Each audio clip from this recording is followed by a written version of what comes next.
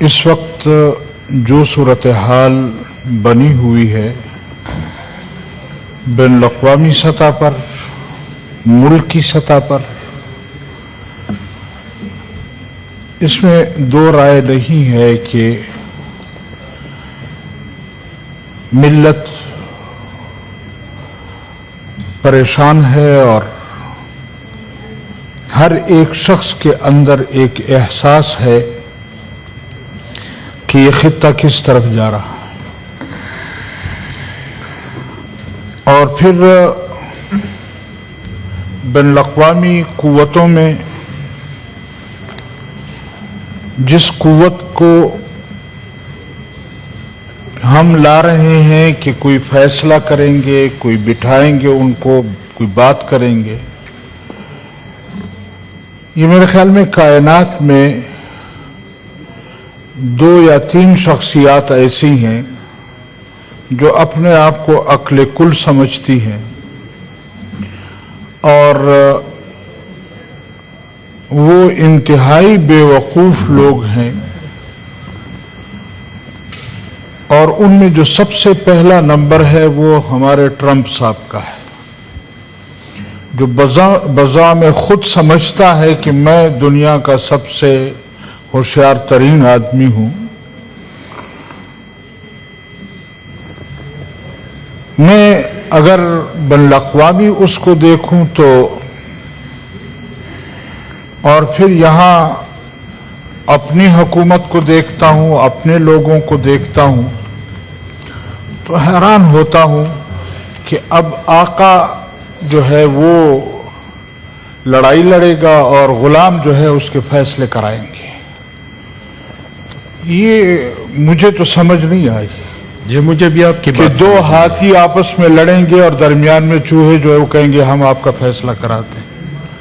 یہ مناسب نہیں ہے کہ ہم اس طرح کی گفتگو کریں کہ ہم تو بہت بڑا میدان مار کے آئے ہیں اور یہ کر دیا ہے اور وہ کر دیا ہے، اور پھر عجیب تر بات یہ ہے ہمارے وزیر اعظم صاحب کہتے ہیں کہ دونوں فریق 5-5 ارب روپے ضمانت کے طور پر ہمارے پاس رکھیں، پھر اس کے بعد بات کریں گے۔ تو آپ پر 5 روپے کا کوئی اعتماد کرنے کو تیار نہیں ہے، تم 5 ارب روپے، پھر یہ کون اعتماد کرے گا کہ کس طرح اس کو چلائیں گے؟ ابھی تک ہمیں گراؤنڈ کا پتہ ہی نہیں ہے، ہم ویسے آنکھیں بند کر کے بین الاقوامی حالات پر تبصرے کرنا شروع کر دیتے ہیں۔ میرے خیال میں یہ مناسب نہیں ہے۔ آپ کو چاہیے تھا کہ ہاؤس کو بلاتے، ہاؤس کو بٹھاتے، اور پھر اس کے بعد ہاؤس کا سینس لیتے کہ کیا واقعی ہم اس قابل ہیں کہ ہم ان ہاتھیوں کے درمیان کوئی صلح صفائی کرا سکیں۔ یہ جو آپ بات بھی کر رہے ہیں تو آپ سائنس میں حصہ لے رہے ہو، اتنی جمہوری ماحول میں میں عرض آپ کروں کی نا، بات سن میں عرض رہے کروں، ہیں۔ یہ تو گورنمنٹ کا کام تھا نا کہ وہ اس طرح کا سینس لیتی پارلیمنٹ کا۔ میں کہا تو یہ مذاق نہیں ہونا چاہیے، یہ مذاق نہیں ہونا چاہیے، اور ہمیں سوچنا چاہیے کہ ہماری حیثیت کیا ہے، ہم کیا کر سکتے ہیں۔ ہم کہیں اپنی حیثیت سے بڑھ کر تو کچھ نہیں کر رہے، اور اگر ہم اپنی حیثیت سے بڑھ کر کچھ کریں گے تو میرے خیال میں اس میں نقصان ہوگا، فائدہ کچھ نہیں ہوگا۔ اس میں کوئی شک نہیں ہے کہ پاکستان خطے میں ایسی جگہ موجود ہے کہ اس کی اہمیت بہت زیادہ ہے، لیکن کیا خود ہم کسی فکر سے آزاد ہیں؟ کیا خود ہم اپنے ملک میں کسی فیصلے کرنے میں آزاد ہیں؟ ہم تو ایک ٹول ٹیکس لینے کے بھی روادار نہیں، ہم تو اپنے ملک میں کسی سے کوئی چیز مانگ نہیں سکتے، اور پھر ہم کہتے ہیں 5 ارب روپے ضمانت کے طور پر جمع کراؤ تب ہم آ کر آپ کا فیصلہ کریں گے۔ یہ مذاق چھوڑے۔ بین الاقوامی قوتیں بھی، انوشا رحمان صاحبہ پلیز، بین الاقوامی قوتیں بھی آپ کو جانتی ہیں، آقا بھی آپ کو جانتے ہیں۔ غلام کی حیثیت سے تم نے ساری زندگی وقت گزارا ہے، غلام کی حیثیت سے وقت گزارو، زیادہ بہتر ہوگا۔ اور یہ موقف اگر میں عرض کروں، ہمارے جماعت کا موقف ابھی تک نہیں آیا، وہ جو ہوگا. لیکن یہ میری اپنی ذاتی رائے ہے کہ ہمیں اپنے لحاف میں پاؤں پہلانے چاہیے, ہمیں لحاف سے باہر پاؤں نہیں پہلانے چاہیے. نمبر 1.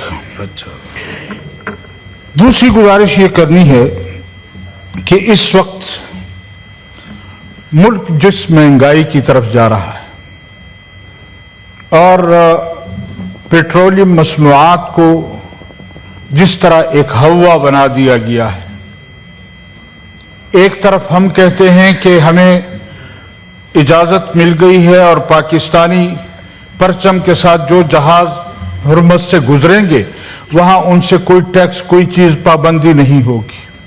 اور میں غلط میں کہا بڑے مولانا صاحب نے میں گزارش چھوٹے کے منہ سے پھر آپ بات کریں جی. میں ایک گزارش کروں, مہنگائی کے متعلق واہ ویلا ہو رہا ہے. ہم نے یہ پوچھا ہے کہ وہاں سے جو جہاز گزرے ہیں تو وہ گئے کہاں ہیں؟ کیا وہ کراچی پہنچے؟ کیا ان کا تیل اتارا گیا ہے؟ کیا کہیں اور تو نہیں بھیجے گئے؟ یہ ہمارے سوالات ہیں. اگر آپ اس پر ناراض ہوتے ہیں کہ آپ یہ سوال بھی نہ کریں کہ جس شخص نے جہاز گزارے ہیں ان سے یہ پوچھے بھی نہیں کہ کس کے جہاز گزارے, کس کو پہنچائے ہیں, تو پھر ٹھیک ہے آپ خاموش رہیں, ہم تو خاموش نہیں رہیں گے. ہم تو اپنی بات کریں گے, ہم تو پوچھیں گے. اور ہمارے مرکزی جماعت نے کال دی ہے جمعے کے دن مہنگائی کے خلاف احتجاج کرنے کی. آپ کو بتائیں گے کہ حقیقی معنوں میں اس قوم کی نمائندگی کرنے والے لوگ کون. یہ فارم 47 کے لوگ قوم کی نمائندگی نہیں ہے. اور یہاں پر موجود قوم کے نمائندے آپ کی رہنمائی کرتے رہیں گے, آپ کو بتلاتے رہیں گے, اور آپ دیکھیں گے کہ جمعے کے دن یہ قوم کس طرح نکلتی ہے. اور حقیقت میں اس ملک کے مشکلات سے نکالنے کے لیے قیادت کی سوچ کیا ہونی چاہیے, کس طرح اس ملک کو اور اس قوم کو مشکل اس سے نکالا جاتا ہے. اور جب ہماری اپنی سوچ نہ ہو, ہم کسی دوسرے کی سوچ کو اپنا کر ملک کی خدمت کرنا چاہیں گے تو ایسا نہیں ہوتا. لہذا میں دست بستہ آپ سے بھی گزارش کروں گا کہ کم از کم ہمیں بولنے کی اجازت ہونی چاہیے. ہمیں کم از کم آپ اس سے نہ روکیں کہ فلاں کے خلاف بات نہ کریں, فلاں کے خلاف بات نہ کریں. یہاں نہیں کریں گے تو کہاں کریں گے؟ میرا صرف گزارش یہ تھا کہ لیڈر آف دی ہاؤس اور لیڈر آف دی اپوزیشن نے بڑی اچھی ماحول میں بات کی. ہاں, ماحول اس میں یہ ان کی ضرورت بھی ہے حضرت کہ بچے اچھے ماحول میں. میں تو یہ گزارش کروں گا کہ ایک اچھا پازیٹیو بات جائے قومی لیول پہ, نیشنل لیول پہ. وہ جو میں تو یہ گزارش کروں گا, آپ ذرا میری بات سن لیں. میں یہ گزارش بھی کروں گا کہ ہمارے تحریک انصاف کے ساتھی جو ہیں ان کی خدمت میں بھی گزارش کرنا چاہتا ہوں کہ اس طرح لیڈر آزاد نہیں ہوتے جس طرح آپ آزاد کرانا چاہتے ہیں. آرڈیالہ کے سامنے پارلیمنٹیرین کا دھرنا جو ہے اس طرح آزاد نہیں ہوگی.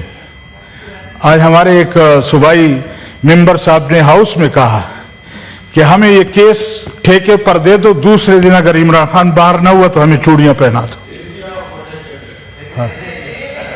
تو آپ نو کراس آپ ذمہ دار نہیں ہیں, اس لیے اس طرح کی یہاں آ کر بات کرتے ہیں. نہیں. لیکن میں ایک گزارش کروں کہ ان کے تلوے ابھی گرم زمین پر نہیں لگے.